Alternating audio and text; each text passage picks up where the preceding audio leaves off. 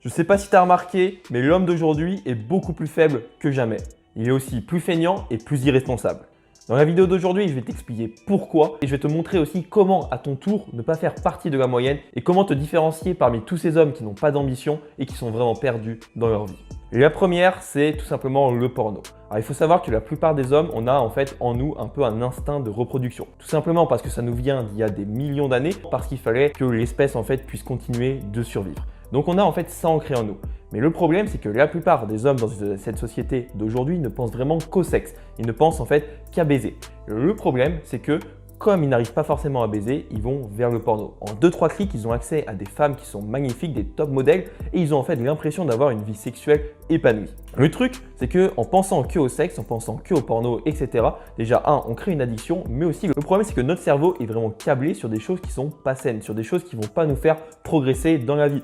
Tout simplement parce que c'est pas en regardant une vidéo porno que tu vas atteindre tes objectifs les plus ambitieux. Et du coup, comme je t'ai dit, le porno, ça te fait devenir super addict, tout simplement parce que ça stimule ta dopamine. C'est-à-dire que quand tu en consommes, tu as envie d'en consommer d'autres. C'est comme en fait le sucre. Par exemple, quand tu prends, on va dire au McDo, un McFlurry, tu trouves ça super bon. Et en fait, tu as envie d'en manger. Et c'est pareil avec toutes les sucreries. Et le problème de tout le temps en vouloir plus, c'est que tu vas en consommer un petit peu au début. Et comme toute addiction, tu vas en consommer de plus en plus. Et donc, à en consommer de plus en plus, tu vas perdre énormément de temps et tu verras même que des fois, tu vas dans des délires qui sont un petit peu bizarres, un petit peu borderline au niveau de l'éthique. Et donc, à tout temps, te masturber, on va dire à peu près 1 à 2 fois par jour et tu le fais quasiment tous les jours, tu vas perdre énormément de temps et tu vas aussi perdre énormément d'énergie. Parce que lorsque ça sort, tu as déjà dû avoir cet effet hyper désagréable de t'as plus envie de rien faire, tu sens que tu es bas en énergie et ce que tu avais prévu de faire dans une journée où tu étais en mode hyper énergique pour faire plein de choses, là, tout redescend.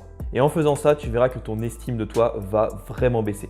Donc le porno, c'est de la vraie merde parce que ça te fait perdre du temps, de l'énergie et ça te baisse ton estime de toi-même. La deuxième chose, c'est tout simplement les réseaux sociaux ou alors regarder des conneries à la télé ou même de manière générale, regarder la télé. La dernière fois, j'étais en train de marcher dans le métro et d'un coup, je commence à sortir mon téléphone sans savoir pourquoi.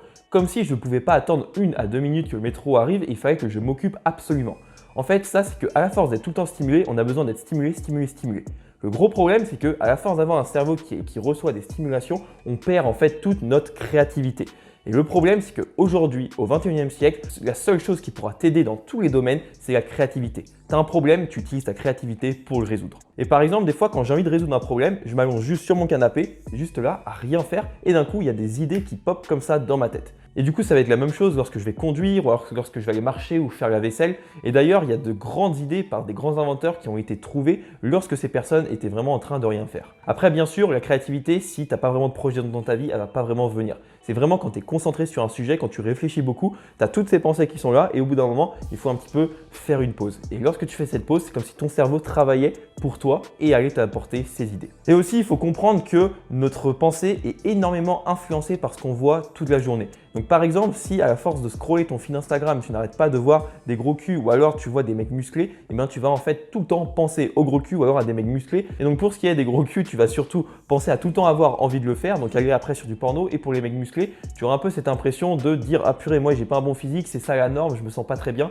et tu vas avoir un peu une baisse de confiance en toi. Et en fait, les réseaux sociaux, ça va donc saper ta productivité et ta créativité. Et donc si tu veux vraiment être épanoui, si vraiment tu veux être un homme qui soit pas faible, tu dois vraiment te fixer des objectifs. Et c'est pas en regardant les réseaux sociaux toute la journée que tu vas les atteindre. Et la troisième, c'est tout simplement que les hommes ne font pas de sport et plus spécifiquement de la musculation. Alors je dis la musculation tout simplement parce que c'est un sport en fait qui t'apprend la vie. Tout ce que tu vas faire en musculation, tu peux exactement le retranscrire dans la vie de tous les jours. En musculation, le processus, ça va être déjà te fixer des objectifs. 2, ça va être de vraiment comprendre pourquoi tu as envie d'atteindre ces objectifs, tout simplement parce que dès que ça va pas aller, tu vas abandonner. Ensuite, il va falloir que tu mettes des bonnes habitudes. Il va falloir que tu ailles à la salle de sport, il va falloir que tu manges bien, il va falloir que tu ailles au lit suffisamment tôt. Et le 4e, il va falloir que tu sortes de ta zone de confort, que tu te sortes les doigts du cul. Et tout ça, ce sont des choses que l'homme moderne ne fait pas et c'est pour ça qu'il est faible et qu'il subit complètement sa vie.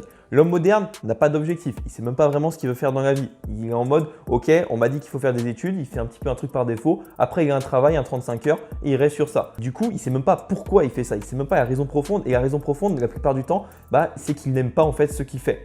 Ensuite, il a des mauvaises habitudes. Par exemple, il regarde Netflix tout le temps, il mange de la merde, il fait que des soirées, il se bourre la gueule à chaque fois. Bien sûr que je dis pas qu'il ne faut pas faire de soirée, mais il fait que ça. Et aussi, il ne sort pas de sa zone de confort, il reste vraiment dans ce confort comme si dès que ça allait en dehors de sa zone de confort, il se sentait pas bien. Et donc du coup, comment trouver un sens à ta vie quand tu as tout ça, quand tu fais quelque chose que tu n'aimes pas forcément ou alors que tu sais même pas ce que tu veux faire dans la vie. La deuxième chose, c'est que le sport, ça va élever ta testostérone et aussi augmenter ton niveau d'énergie. Je sais pas si tu as déjà remarqué, mais après une séance de sport et que tu aies mangé, que tu aies récupéré un petit peu, tu te sens chaud patate parce que tu as bien attaqué ta journée. Par exemple, lorsque tu vas rester, on va dire 2 heures sur le canapé et que tu te lèves. Tu te lèves, des fois tu as un petit peu mal certains muscles parce que tu es resté dans la même position et tu as un petit peu l'impression d'avoir le cerveau abasourdi. Alors que quand tu ressors d'une séance de sport, tu sens que tu es vraiment actif. Et en fait, il faut comprendre que le corps humain va monter en énergie en faisant des choses qui sont actives. Par exemple, si tu procrastines de ouf, une bonne méthode, c'est tout simplement d'aller marcher juste 5 minutes. Tu te dis juste 5 minutes, comme ça, c'est pas trop dur pour ton cerveau. Et après, tu vas voir que tu seras beaucoup plus en énergie et tu vas te mettre à faire d'autres choses. Alors que si tu es sur ton canapé et tu te dis je vais à la salle maintenant, peut-être pour ton cerveau, ça va être beaucoup trop dur. Et aussi, du coup, le sport, ça augmente énormément ta confiance en toi parce que tu construis un physique qui te plaît beaucoup plus. Tu sais que l'image que tu renvoies est beaucoup plus agréable, mais aussi ça augmente ta débrouillardise. Donc par exemple, tu t'es fixé un objectif qui est de prendre X kilos de muscle. Donc tu vas mettre en place un processus et peut-être tu vas voir que tu ne progresses pas forcément. Donc tu vas devoir vraiment chercher où ça bloque et comme ça va te forcer à chercher des solutions et donc à résoudre des problèmes. Et il faut savoir que la vie en fait c'est une succession de problèmes que tu dois résoudre. Et quand tu as réussi à résoudre ces problèmes-là, tu te sens fier, tu gagnes confiance en toi. Le quatrième, c'est vraiment être en chien et te focus uniquement sur les femmes et n'avoir aucune ambition, ne pas avoir de projet pour toi. Ce qu'il faut comprendre, c'est qu'aujourd'hui, si tu es un bêta simple, tu ne pourras jamais gérer des meufs. Et le truc, c'est qu'il y a une grosse contradiction avec les femmes, c'est que plus tu t'intéresses à elles et moins elles seront intéressées vers toi et plus tu vas faire tes bails, plus tu vas avoir tes projets et plus elles vont trouver ça séduisant.